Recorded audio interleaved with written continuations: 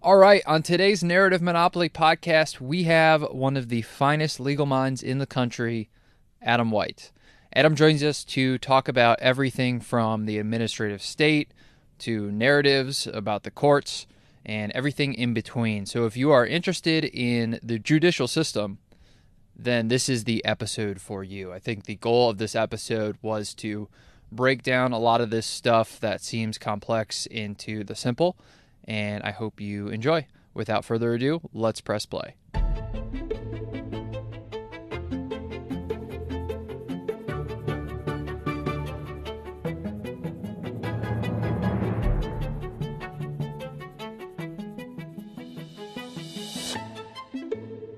All right, Adam White, welcome to the podcast.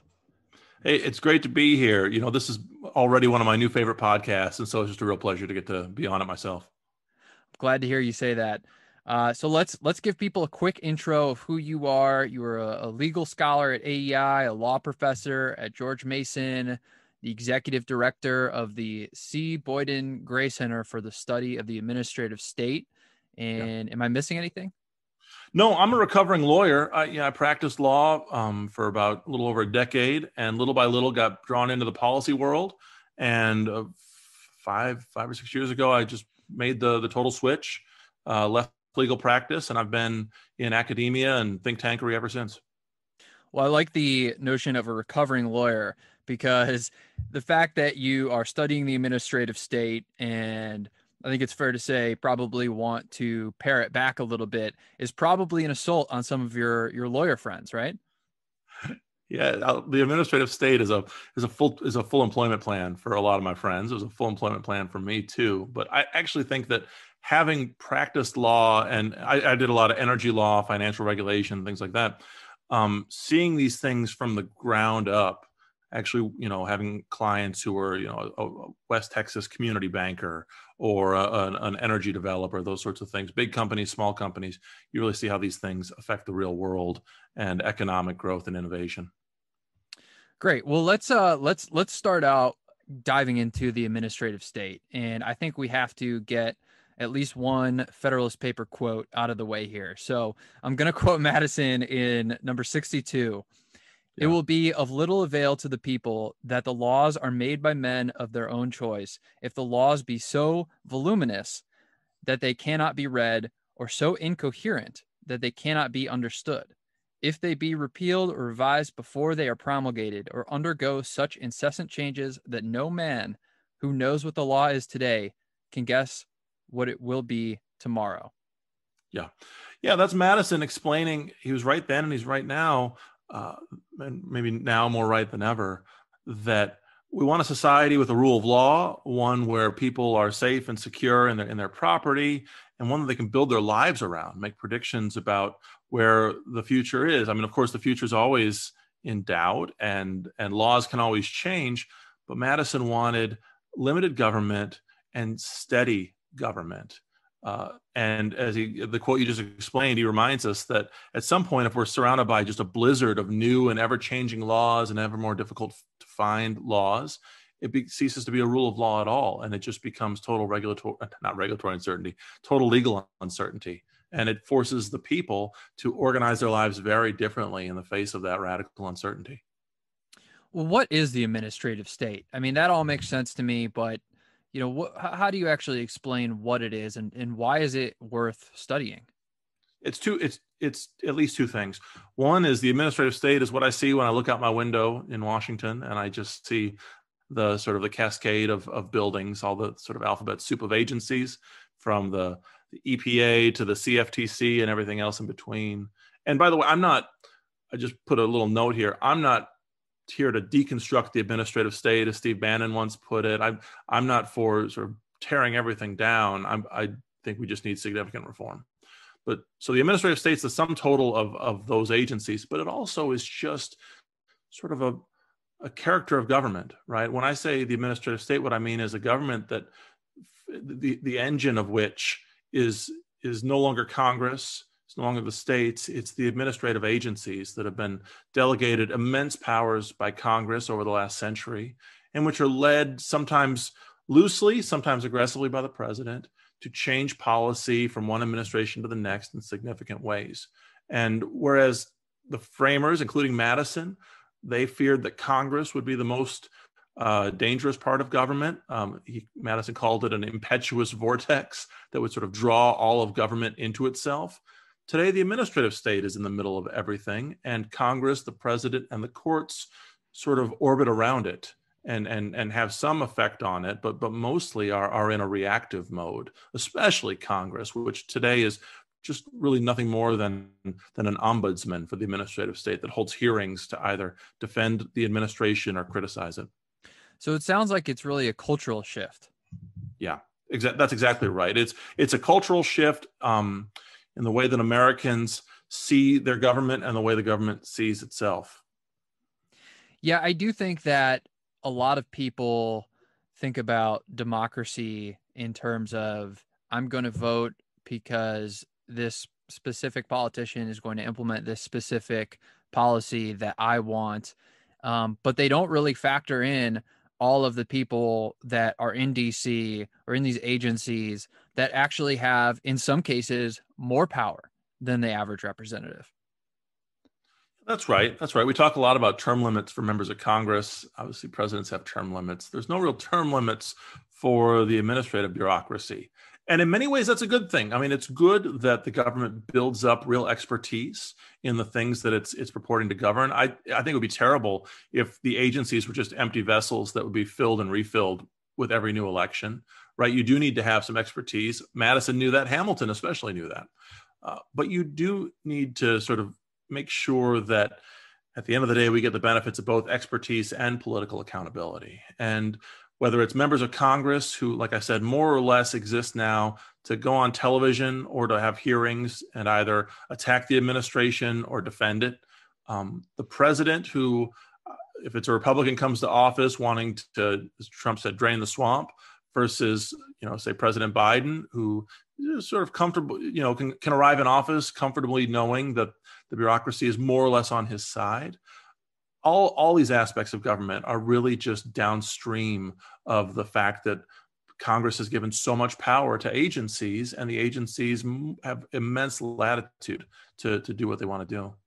So we can get into congressmen being entertainers in a bit, because I do think that that's a really important topic that both you and I have actually studied quite a bit.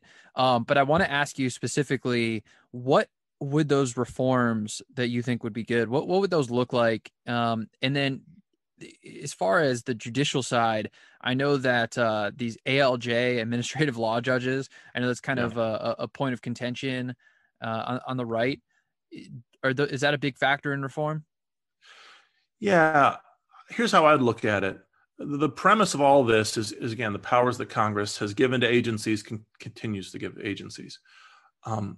If you assume that won't change, that Congress will never take these powers back, it'll continue to give power to agencies, then the task becomes, how do you reform the agencies themselves to make them more politically accountable in other ways, and create sort of checks and balances within the agencies? Right. So more process, separating out within the agency, the prosecutors from the supervisors, from as you said, the ALJs and so on. You sort of try to replicate separation of powers, checks and balances within the agencies. And by the way, the ALJs that you mentioned are a version of that. I mean, if you assume that Congress is going to give all these powers to agencies and the agencies have to make decisions, those decisions sometimes start to look kind of like a court, where they have arguments on both sides, and a somewhat neutral decision maker makes the decision.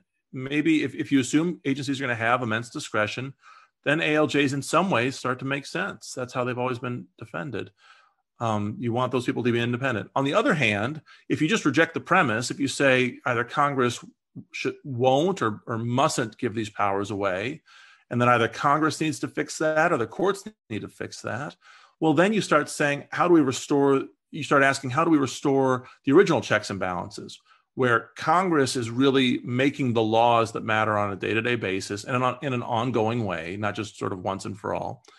The courts exercise real judicial review over this. They interpret the laws rather than just deferring to the agencies.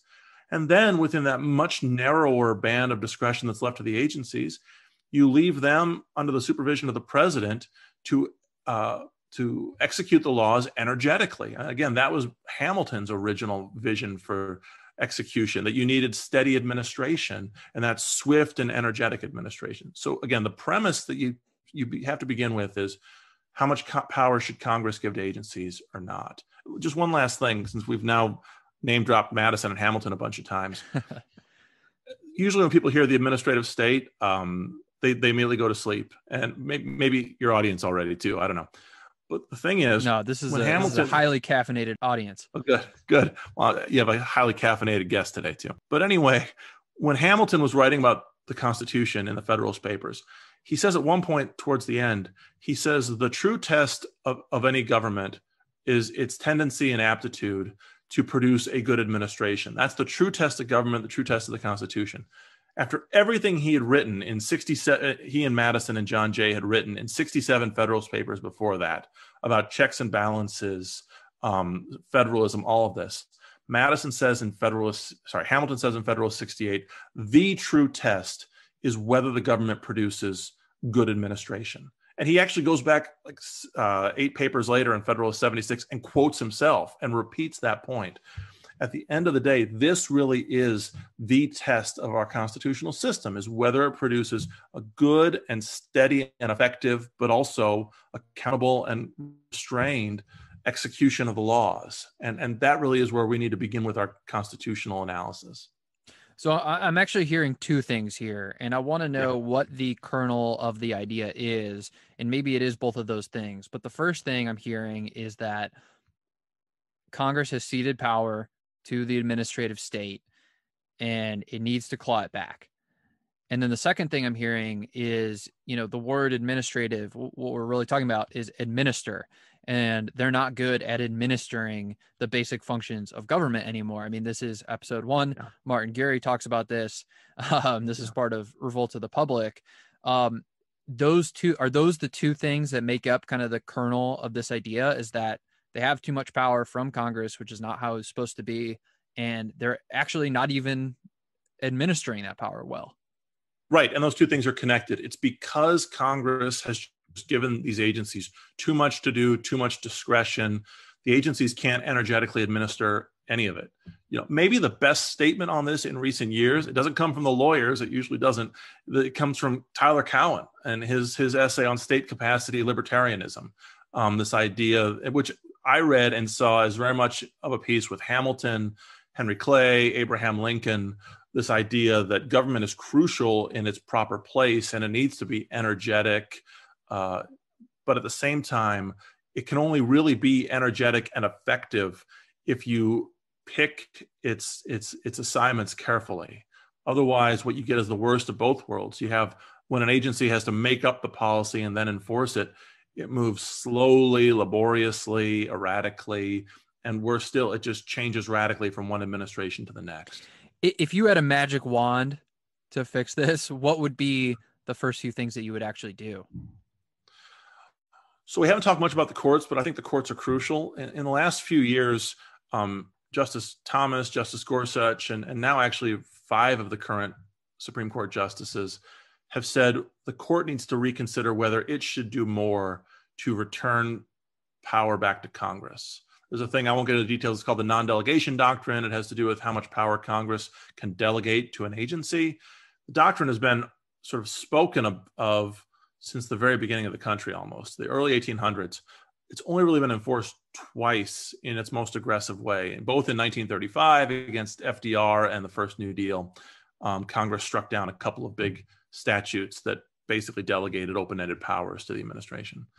Ever since then, it's just been kind of looming in the background. The justices are starting to think about whether they need to tighten that up. And the justices know they're walking a really fine line here. Because on the one hand, yes, it's good for Congress to make more decisions on its own. On the other hand, you always have to be careful when the courts suddenly jump in and start striking down a lot of laws. And Justice Scalia wrote about this in the early 80s before he was even a justice. He said, yeah, we want Congress to take responsibility, but we don't necessarily want the courts micromanaging all of government.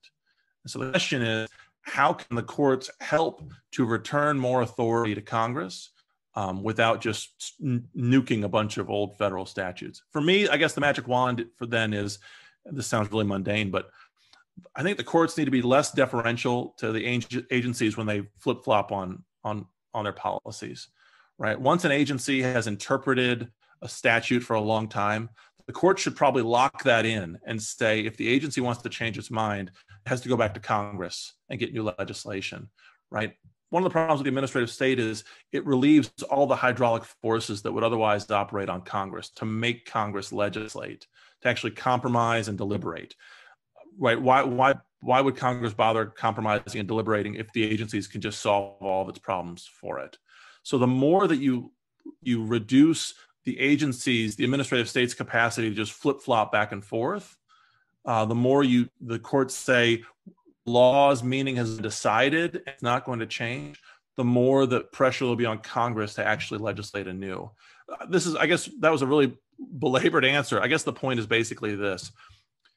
For about 40 years, conservatives especially, dating back to Scalia and others, that most important thing about the administrative state is we need to make it responsive to the people. Let presidential elections matter, and then new presidents can come in and clean up the administrative state after they've been elected. There's a lot of virtue in that, but it creates this wild swing from one administration to the next. And Chief Justice Roberts and some others, I think, have really started to focus on that as the big problem, and I agree. And so I think anything you can do to slow down the pace of administrative change and redirect that political energy into Congress rather than the agencies is the best possible thing you can do. So let me play devil's advocate for a second here. The way to fix this through the judicial system, are you basically someone gives you a task, you're a lumberjack, and so you just say, okay, well, I have an axe, so that's what I'm going to use. Is that kind of where you're coming from a recovering lawyer? Or, has anyone pressed you on this to say, is this the best answer? Is there something outside of that? I'm glad you point that out, because actually it's in some ways the opposite of that. As a lawyer, as a law professor, it is sort of my instinct to always look to the courts. And that's a terrible instinct, right? And so that's why I try to hedge, first of all, by saying the courts shouldn't just blow everything up. They should take more of a scalpel to some of these things than an axe. But at the same time, I'm glad you asked. I want to be clear. That's just one of the things that should be done, right? There's more that Congress can do in terms of legislation that they've kicked around for years that would bring more authority back into Congress. And in terms of presidency, the president himself, I think, should assert more authority over agencies rather than letting them meander on their own. I wrote an article a few years ago in a law review, just a short piece about how great I thought it was that President Trump, with whom I have no shortage of complaints, but one of the few things about him that I really did like was that he used executive orders to drive the agency process instead of just letting the agencies kind of do it on their own. Obama had done some of that. Biden is doing some of that. That's a really great feature too. And so at the end of the day, I think it's important for all three of those parts of government to play their proper role, to do more and more to rein in the administrative state. But in terms of if I could only pick one thing to start with, it would be the courts limiting the scope of agency discretion. Got it.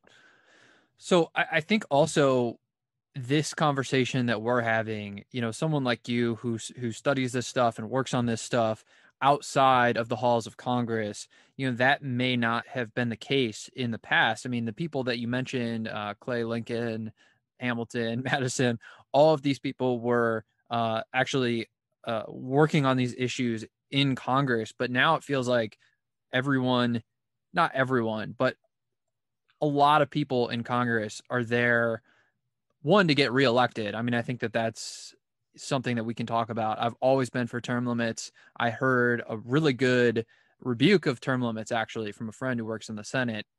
But if the incentive is to go get reelected, and the way that you go get reelected is by going on cable news or throwing bombs on Twitter, then you're going to get people who are good at going on cable news and throwing bombs on Twitter, opposed to people who are good at doing the type of hard legislation that you're talking about, which I think is sorely needed. Yeah, and I don't particularly blame them. I mean, if you remember at Congress, what are you going to do to convince voters in your district that you're worth reelecting, right? It's all incentives. Yeah, yeah, exactly. 200 years, here's another line from Madison. When he's talking about the separation of powers in the Federalist, he says, ambition will counteract ambition. The interests of the man must be attached to the rights of the place, meaning the interests of the member of Congress should be rooted in the Congress itself, its powers, its responsibilities. So in Madison's time, when you're building this all anew, that means passing laws that would win the acclaim of the people and bring them benefits and bring you sort of national prestige and local prestige. But all the laws have sort of been passed now, right? I'm being glib, but having passed so many laws over 200 years, how does a member of Congress sort of stake out their ambition? It's by going on television and complaining about Congress, complaining about administration, complaining about the administration's enemies, depending on which side you're on. And then in Congress, it's just having these oversight hearings that are just sort of performative, where you want to make sure you have your 15-second YouTube clip of you asking some tough question that 18 other members of this House committee have also asked, or 10 other members have also asked. I think the incentives have continued to operate, pretty clearly. It's just that Congress's institutional role has changed over 200 years. And therefore, the members' incentives have changed accordingly. So now when it's ambition counteracting ambition, it's the Republicans' ambition to get on Fox and Friends versus the Democrats' ambition to get on Morning Joe and sort of punch each other on cable news. So this is actually why I think we should bring back earmarks, which is really counterintuitive, because when you think about it from a surface level understanding, you think, okay, well, earmarks, these guys are just cronies. They're just going to, pay off their buddies in the district and whatever. But in reality, they actually spend less money than, and this is a hypothetical to be clear, but they would spend less money on pet projects in a district. I think the average when it was going strong in like 2006 was still only like $5 million or $5 billion per district. Yeah, definitely billion. But the point is, when you have these runaway entitlements that no one will touch, that cost trillions of dollars per year that we don't have, they need some sort of cover to be able to go back to their district and say, yes, I took this unpopular vote, but here's what I did for Lake Erie or whatever it is. And to your point around, I think kind of what you're getting at is everything's nationalized now on an issue level, and there's no actual representation of the district, at least in terms of when it comes to October and all the ads and campaigning is going strong. Earmarks are a way for people to actually get reconnected to their district. And the last point I'll make here is, yes, they are crony, right? Almost by definition. I mean, you're just carving out pork. And the reason why it's called pork is because the name earmark comes from marking the ear of a pig farmers used to do. So it shows ownership of that piece of the pie. But yes, it's crony. But again, they respond to incentives. And so they're always going to be, quote unquote, corrupt in terms of doing what is going to get them reelected. And so I think that gives them a ton of cover fire and actually realigns their work with the district. Yeah. Now, being from Iowa, I'm all in favor of pork of all kinds. But I'd say you really spotted one of the two big institutional changes in Congress since like the mid 1990s, the Gingrich era. That's one, is the slow sort of change of Congress from allowing the members to focus on local considerations to really nationalizing all the issues. The second big change is reforming Congress itself to operate more and more like the executive, right? More centralized power in the leadership, right? And all of that flows downhill from there. Basically, from Gingrich onwards, what you saw was Congress becoming a national and unified body, at least within the House and within the Senate. So maybe it's two unified bodies.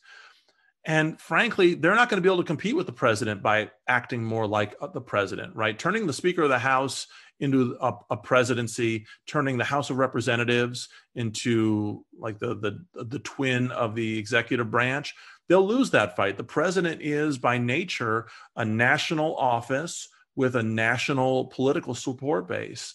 And Congress can't really replicate that in the same way. So they set themselves up to fail. That's why now, instead of a real budget process with earmarks and everything else, what you have is this sort of collision once or twice a year where Congress and the president face off over a big once and for all budget bill. And sometimes the debt limits come into play too. And it's these big all or nothing showdowns that then end up getting negotiated by the president and his advisors and a handful of members of Congress. And Congress is more or less always going to lose that fight. And so I understand why these changes happened in the Gingrich era. My colleague at AEI, Phil Wallach, has written great things on this. And so is my other colleague, Kevin Kosar. These changes that were made in the 90s were in many ways, very well intentioned, especially the increasing suspicion of earmarks. But we always need to worry about the unintended consequences. And now, 30 years into the experiment, we can see, or 25 years into the experiment, we can see that the unintended consequences have really dwarfed the benefits from the intended consequences. Right. And I do think that, what you're talking about is kind of it's not the initial, hiccup when you're driving that gets you. It's the overcorrection when you slam the wheel the other way. There actually were some great reforms in the early 2000s. The Obama Coburn bill, I believe it was the one that had all of these earmarks listed. And that was such early days of the internet that now it would be a lot easier, or I guess the efficacy would be greater of having these things listed publicly. The other huge reform that I personally would like to see, that I'd like to get your opinion on, because you're way more studied on this, is the role of cameras in not only committee hearings, but specifically Supreme Court hearings, because your colleague Yuval Levin has written about this. Brian Lamb, founder of C-SPAN, by all means seems like a great guy, but I'm not sure that C-SPAN has had as great of a effect on American democracy as intended. What do we do about the cameras in the Supreme Court hearings? Yeah, what's the scientific theory of? I'm going to totally butcher it. That's why I became a lawyer. But the scientific theory that for some things, by trying to measure them, you actually change the thing that you're measuring, right? I can't remember what it is. Anyway, again, kids, that's why I went off to law school. The cameras in Congress were very well intentioned, again, and in many ways, I think were tremendous, right? They allowed a civics lesson for America on Congress, for better and for worse. But it did just change the way that members of Congress operate, right? Playing to the camera instead of trying to persuade their colleagues. And as my colleague Yuval says, institutions like Congress, they need sort of a space inside of them where they can do their institutional work away from the public glare. Most famous example of this in American history was the convention that wrote the American Constitution. All these statesmen, right, who disagreed profoundly and had political constituencies of their own. They came to Philadelphia in a small room for a summer with the windows closed and the doors closed so that they could hash things out in private and then bring them to the people. And yeah, obviously you can have too much of a good thing and you don't want government exclusively by smoke-filled room. But you do need some room in Congress for these negotiations to happen. And when they can't happen in Congress itself, they happen behind the scenes. They happen inside of the White House with the cameras off or wherever. And so maybe we have gone overboard on the cameras. Now, I think the experience of cameras in Congress is really instructive then for what we might expect in the court, right? It's, on the one hand, we might say, yeah, transparency is a good thing. We want the American people to see how the court works. And that's all true. And I'm all in favor of educating the public on how the court works. And I use the court's oral argument recordings and so on myself. But we don't know how the cameras are going to change the court. And I think we need to be very, very careful about injecting radical change into the Supreme Court. I mean, it's a very fragile institution in general. It's been increasingly politicized over decades. And I think we need to be very careful about anything that would risk further politicizing the Supreme Court. And so I'm very much against cameras in the Supreme Court. Just one last thing about the conversation we're having. I think it's important to always pan back, whether it's the court, Congress, the administrative state. So many of the arguments we have about these things, they are just echoes of the broader arguments we have in all aspects of our society about institutions, whether they're private institutions, nonprofit institutions, public institutions, about scale, about size, about responsiveness, right? We have a love-hate relationship with parts of our government in the same way that we have a love-hate relationship with the tools that we use in our daily lives online, like Facebook and social media generally, and so on. And so as I work on these issues, focused on the government side of things, I'm always looking over at the debates that we're having about the big institutions in our modern technological lives, because I think that it's really just two versions of one conversation. Yeah, absolutely. I think the institution of the Supreme Court, but the judicial system at large, is really under a stress test that it hasn't faced before in terms of, how people consume information from it, right? I think the goal, at least in my neophyte understanding, is a sober analysis of the laws, right? And so I do think that you see this a lot on the left, and you're starting to see it more on the right, where if the court doesn't rule the way that either side wants politically, then there's just instant outrage, which is fine. To be clear, you can have opinions on which way. I think the problem is they're not rooted in an opinion on the opinion, right? It's more so like, this is a binary outcome, and I know it's not good for me or my tribe, but it's not really the outcome. And like when a lot of these Supreme Court justices die, like Ruth Bader Ginsburg, how many of the people just going absolutely nuts about it could actually name any of their opinions? And that's not to be like really high-minded or anything. I can't list more than 10 or 15 opinions off the top of my head that I actually know well enough to talk about. But it's more so the information sphere leading to a kind of celebrityization of the judicial system, and that's not the point, right? I mean, I'm not a fool. I understand the Supreme Court has always wielded immense power in our government, all the way back to the days of John Marshall, and one of the very first chief justices. And I get that the court's decisions often have political ramifications, but we need to keep that to a minimum. We will never get rid of it entirely, but we need to keep it to a minimum and remember that at the end of the day, we have a government. Yeah, it's a government with a rule of law, and that's crucial. But ultimately, it's a Republican government in the lower R sense, where the most important parts of government really do have to be the ones that are accountable to the people, or at least those are the parts that have the broadest mandates. And the court, much like administrative agencies, they play a crucial role, but we don't want them to dominate the whole thing. So right now, at this moment in time, for the first time in the first time in nearly a century, the court has a pretty clear and maybe even sustainable conservative majority on the court. And watching both the right and the left react to that, and just to be very clear, I'm on the right. I'm a center-right conservative, but it's really fascinating to watch as the court changes like this. You see people on the right suddenly much more excited about putting more power in the hands of justices, asking them to do more and more. The reaction on the left, it's not so much the court needs to have less power.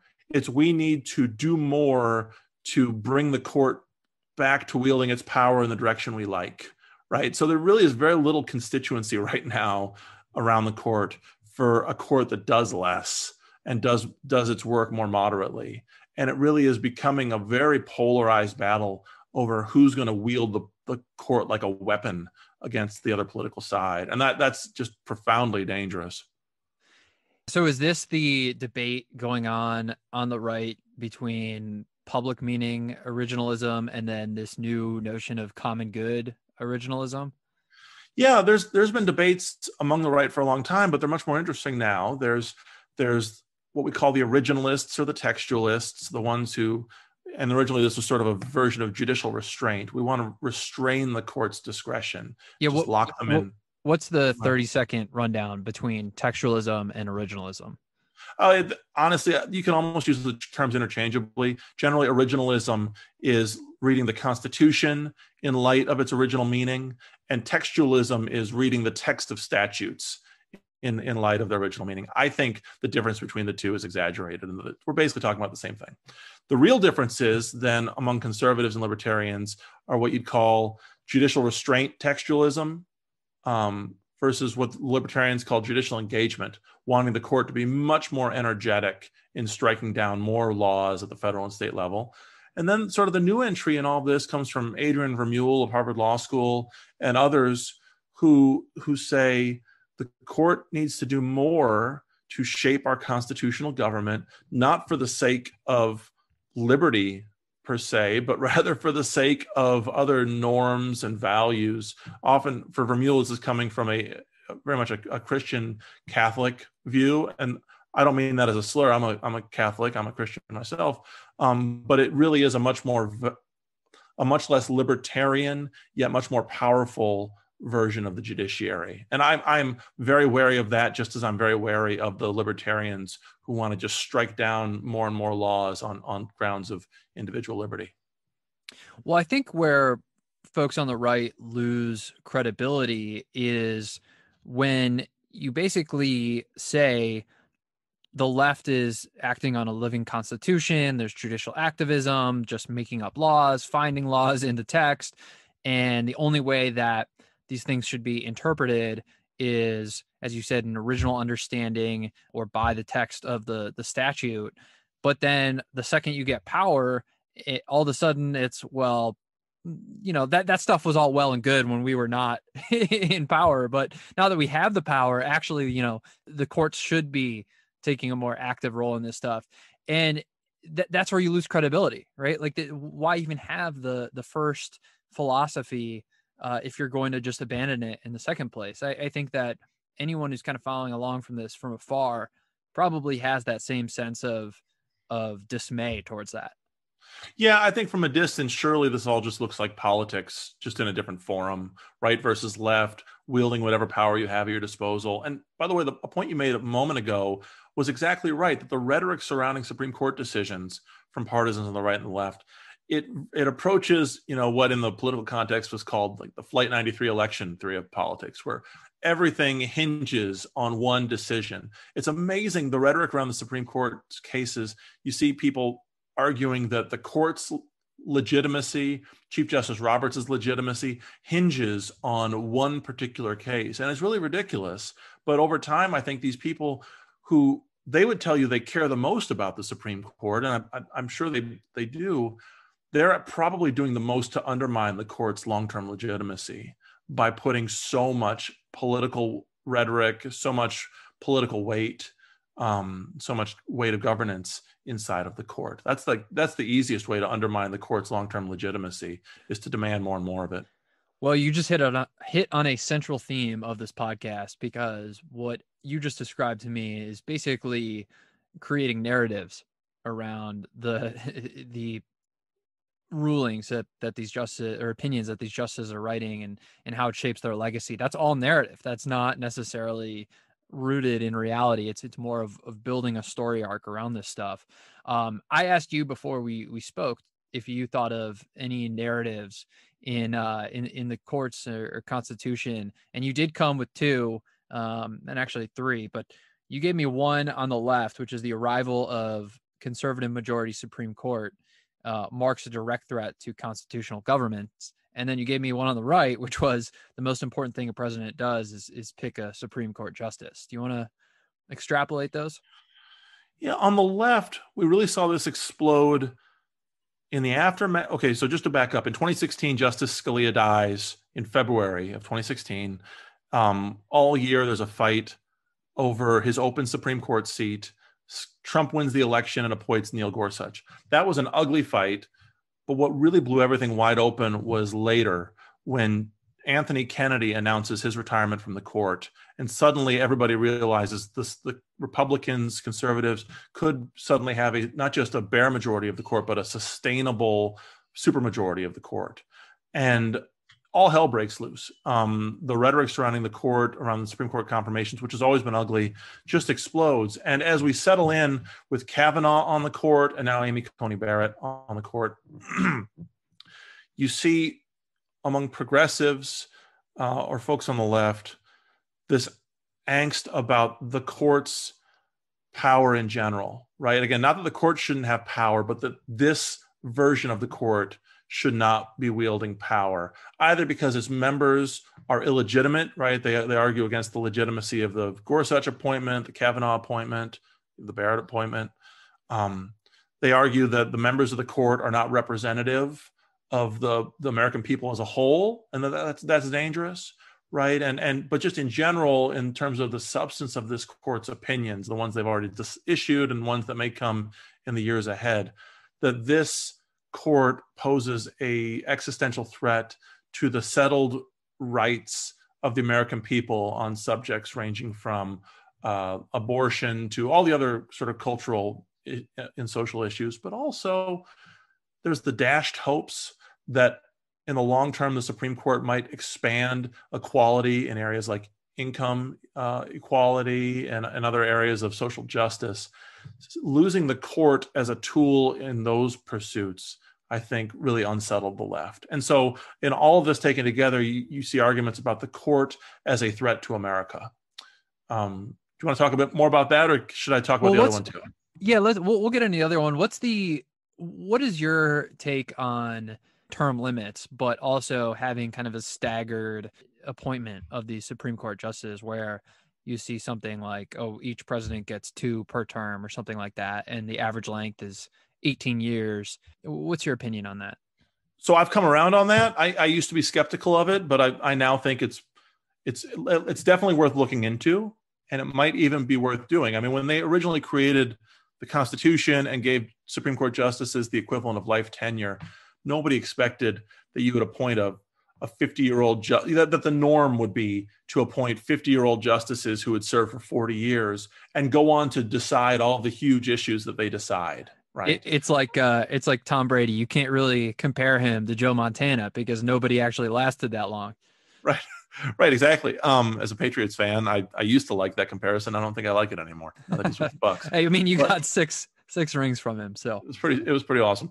But the court, just by nature of human life and technology, we live so much longer now that and again, also because the court decides so many more issues of such significance, that there's just unsustainable pressure on every single vacancy. And you see this now where with President Biden in office, you see people lobbying Justice Breyer to step down. Before Justice Ginsburg died, you had people on the left calling for her resignation.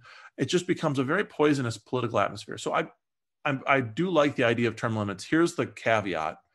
We were talking earlier about unintended consequences. Let's just imagine what it looks like in a world where Supreme Court justices serve an 18-year term and then retire. Whether they are retiring at age 78 or 68 or 88, there's going to be a market created for former Supreme Court justices to go into the private sector at arbitration firms, right? Private sector arbitration, law firms, wherever. People are going to see real value in former Supreme Court justices, and the salaries that will be offered to former Supreme Court justices will be huge. And that'll affect not just the retired Supreme Court justices, that will affect inevitably the mindset of the justices already on the court. Because once you create a market for former Supreme Court justices, that market is attractive to the current Supreme Court justices. And so my point is, I like the idea of term limits. I really wonder how sustainable it will be, or whether what we'll see is more and more Supreme Court justices getting on the court and then retiring after, 10 years or something. One model for this to keep in mind is the Federal Reserve, right? I can't remember what the term limits for the Board of Governors is. It's something ludicrous. It's like 16 years. And they don't serve that long, right? Because nobody takes a term job for 16 years, right? You might take a life-term job and see it as your calling for the rest of your career. But when you suddenly make the term limits more finite, it changes the occupant's attachment to the institution itself. And so, again, that's a long way of saying, I think I'm in favor of term limits, but I am wary of the unintended consequences. Well, it's certainly an interesting debate because it's one of these things that is not necessarily tinged with partisanship yet. So you do have a lot of fresh perspectives on it. Let's go into the narrative on the right, which is the most important thing a president does is pick a Supreme Court justice. Yeah.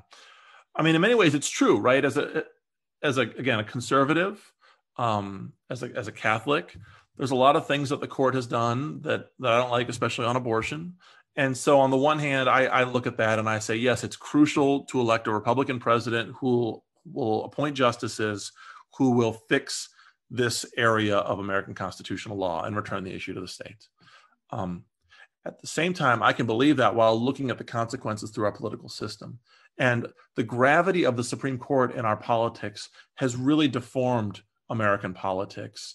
And on the right, you see basically the campaign for the presidency being more than anything else a campaign to pick the guy who picks the justices. And then once in office, we saw this with President Trump, and we saw it with Senate Leader Mitch McConnell. So much effort was put into just prioritizing the confirmation of judges. And I love these judges. There's so many good judges that were appointed. A number of the friends I respect the most were put on the federal bench. And so I, on the one hand, love the judicial appointments, but then I look around at everything else, right? Whether it's the deprioritization of legislation or even just executive branch appointments. Mitch McConnell once said, if given the choice between dedicating floor time to a judge who will serve for life versus a deputy secretary of whatever agency who will serve for 2 years, of course he's going to pick the judges. And that makes total sense, except you do have to run a government in the short term, right? It's important to care about the long term and the short term. And I'd say short-term policy questions, short-term questions of governance, and even other long-term policy questions are all just sort of being collapsed within the Republican political caucus community into judges above all and self-act. And again, even somebody who cares a lot about judges, I'm a lawyer and I study judges, I know how important they are. Even I can look at this and say that's no way to run a country. Well, it's that is a narrative that comes through, and that is a good explanation of what's below the surface. Let's shift gears for a second as we're coming to the close here. I know that you switched from Hoover to AEI, which is basically, is that like going from the Yankees to the Mets, or what was that transition like? It's almost like going from the Dodgers to the Red Sox, right? They're in different leagues. I don't mean a better league or a different league. It's just they occupy somewhat different lanes, and they're on different coasts, so that's nice. Okay, the Hoover Institution. It's the think tank, the center-right think tank based at Stanford. It was founded by Herbert Hoover before he was president, back when he was coming back from World War I with lots of documents on war and peace and revolution. And it became, a premier conservative think tank. And it's now in this day and age, I think it's an indispensable think tank because it's at Stanford. It's not in Washington. It is able to sort of connect ideas of governance to ideas of technological and economic innovation, unlike any other think tank. I joined in 2015. I had actually always wanted to, it was sort of a life goal, career goal to be there. I grew up in Eastern Iowa, not far from Hoover's birthplace. It was the first think tank I'd ever heard of. And so I followed its work for years.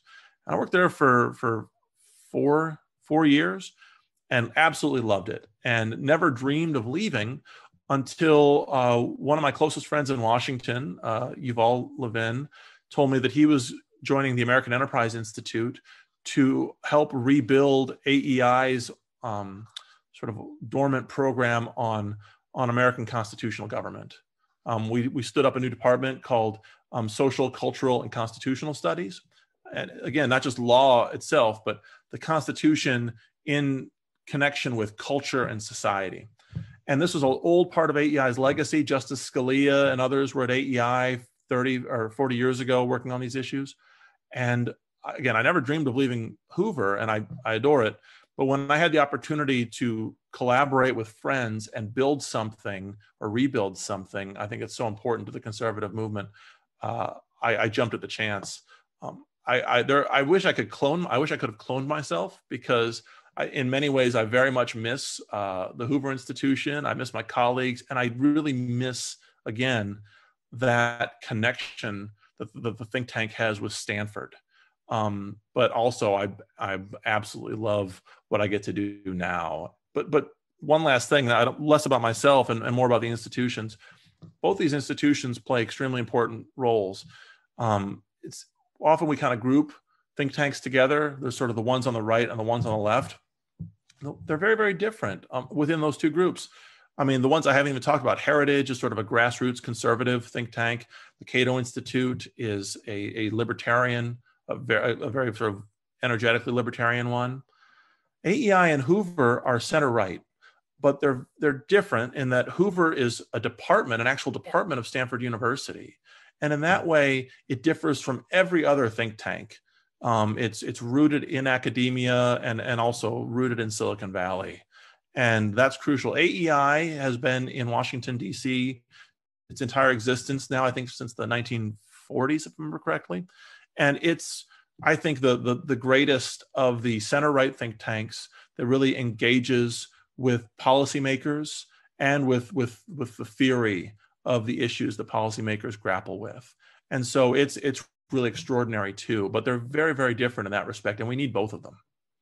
Well, I will say the one place where you did lose out was I think Stanford is probably odds-on favorite for nicest campus in the country, and a little bit nicer than Massachusetts Avenue. The scenery, I'll say that. It is amazing. When I was at Hoover, I was based in their DC office, but I would spend, I guess, the equivalent of a month every year. I'd go out for a week at a time, and hate leaving my family behind here in Virginia. But that week that I would spend on campus, and then I'd see other people I know in Silicon Valley and in San Francisco.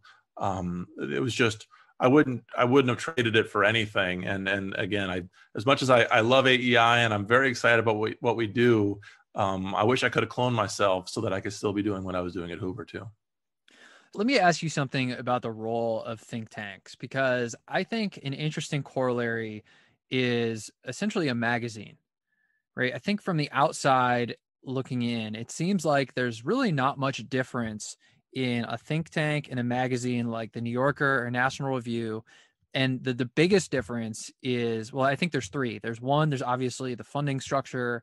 These are nonprofit institutions. I think the second thing is the actual type of content. So you're obviously doing a lot more research and putting out different forms of content and reports and stuff like that. But then also the audience, because you're going for a much smaller audience, right? A lot of folks on the Hill implementing policy, stuff like that. But it really does seem like they're kind of a neat interpretation of a publisher in many ways. That's a great insight, and I agree with it completely, actually.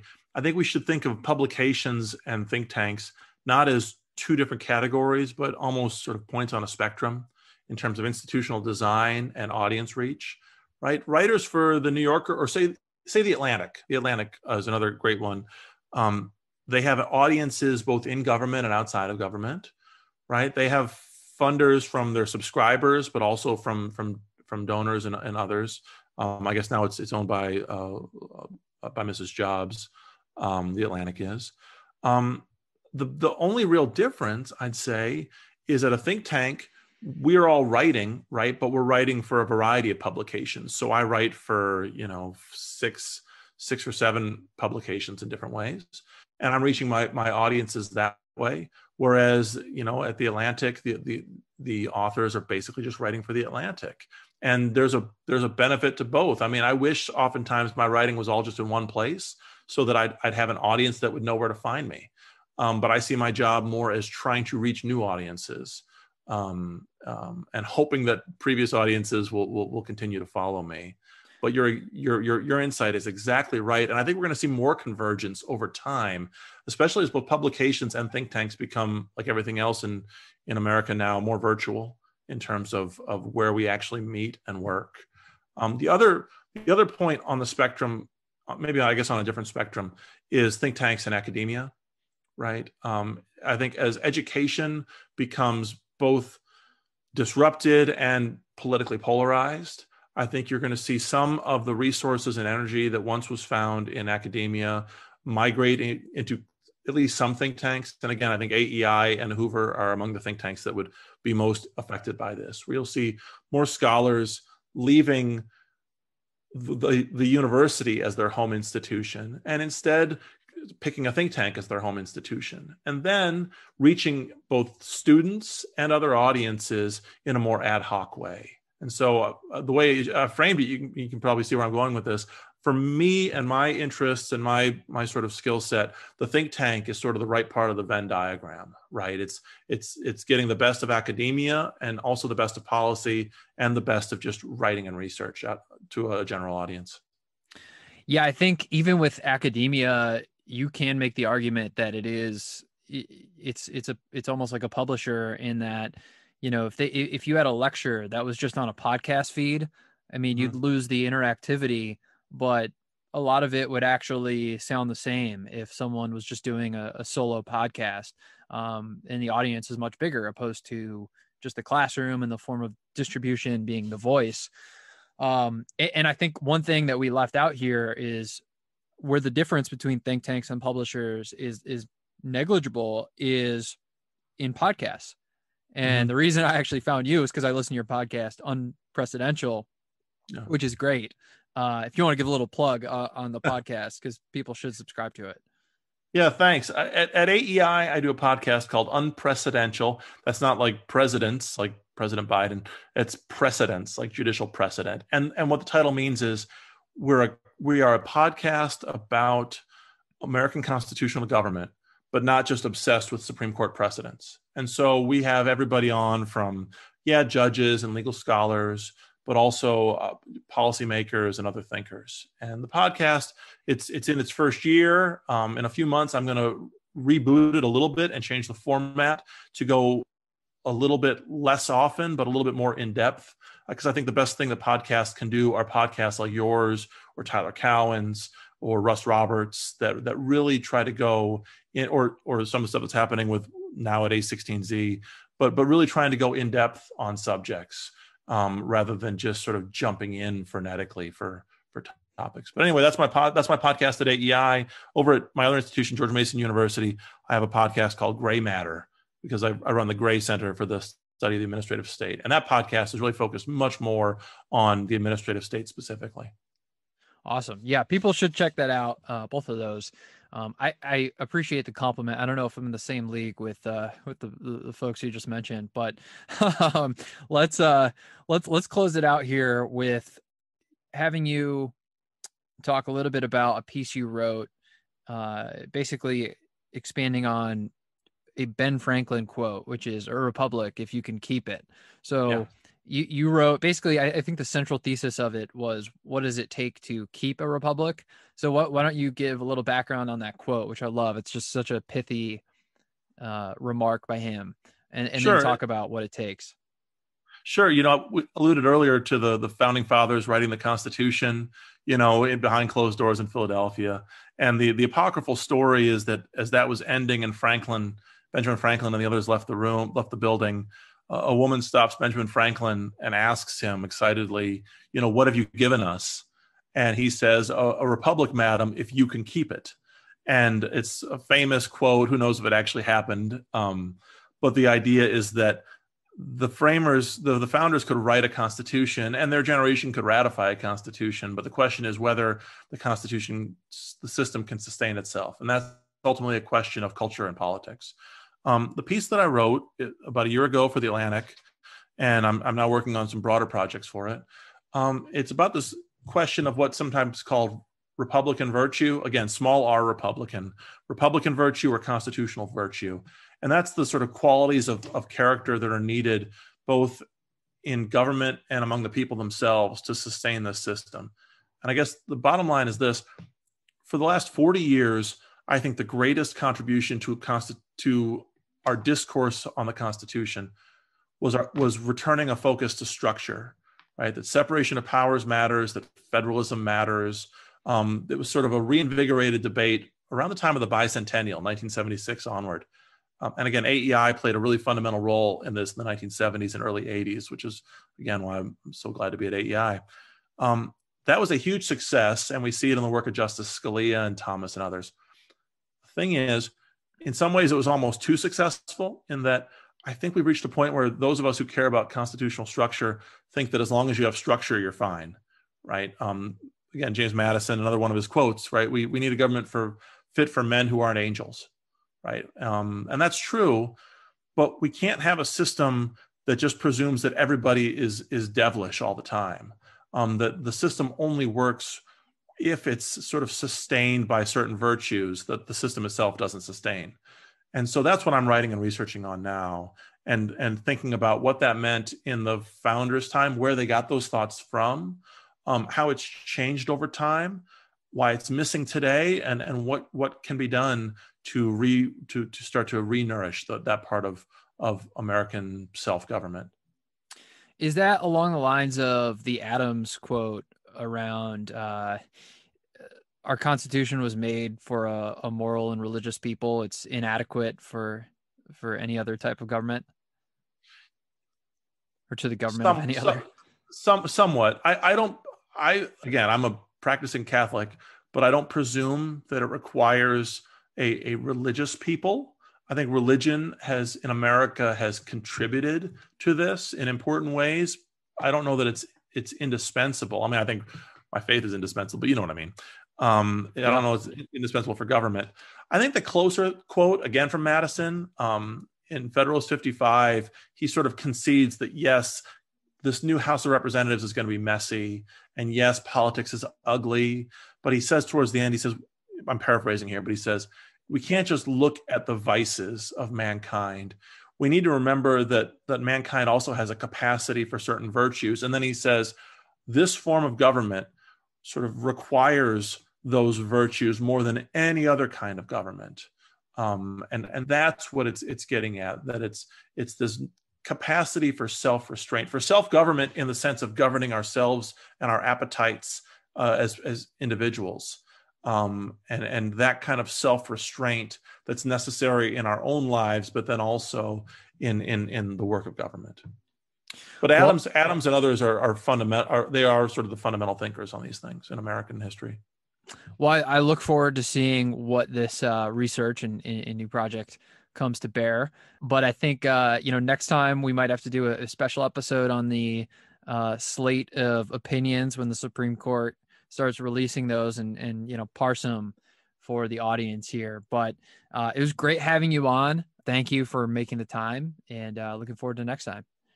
It's my pleasure. I meant what I said, by the way. The first few episodes of this podcast have just been amazing, and I'm honored to be here, following in the footsteps of Martin Gurry and everybody that follow Jerry Baker. And good luck with the podcast. This is really something special. All right, thanks, Adam. Really appreciate it. All right, and there you have it. That was the conversation with Adam. I hope you enjoyed it as much as I did. Adam is just as good of a guy as he is an interviewee. We ended up talking for about 45 minutes after we stopped recording. He's just that kind of guy. I think that you should also definitely take the time to follow him on Twitter, where you can find a lot of his work, where he'll tweet stuff out. I'll put some of the content that we talked about that he's put out, the pieces that he's written, in the show notes, as well as his podcast, Unprecedented, which it sounds like he's going to do a makeover for. You should subscribe to that. Other than that, I really hope you enjoyed this conversation. My goal is to get people like him on and turn the complex into the simple and have these conversations that are outside of the narrative monopoly. Because I think when most people think of the courts, it's really just coming down to a binary on some decision that's coming down, and most people have not read it, and they're just getting the talking points, and they know which way they should go.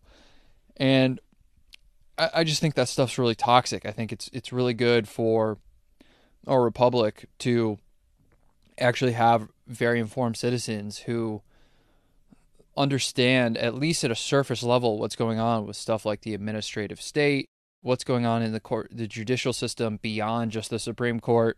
And so that's why I actually really enjoyed having Adam on, because I don't think that people are going to ever sit down and watch a documentary about that stuff or read a lot of books about that stuff. But this is why I love the podcast form, is because if we can make this conversation entertaining and also informative, then you actually bridge that gap and have people learning while also enjoying. And I just really think that's foundational to our society, because I think that it's just not great if you have a lot of uninformed voters out there who care about an issue like the courts but aren't necessarily knowledgeable about it. I'm not saying I'm knowledgeable about it. I learned a ton in this conversation, which is why I love having them. But I think it's overall a net positive here. So that's all we have for today. If you enjoyed the episode, please leave a 5-star review.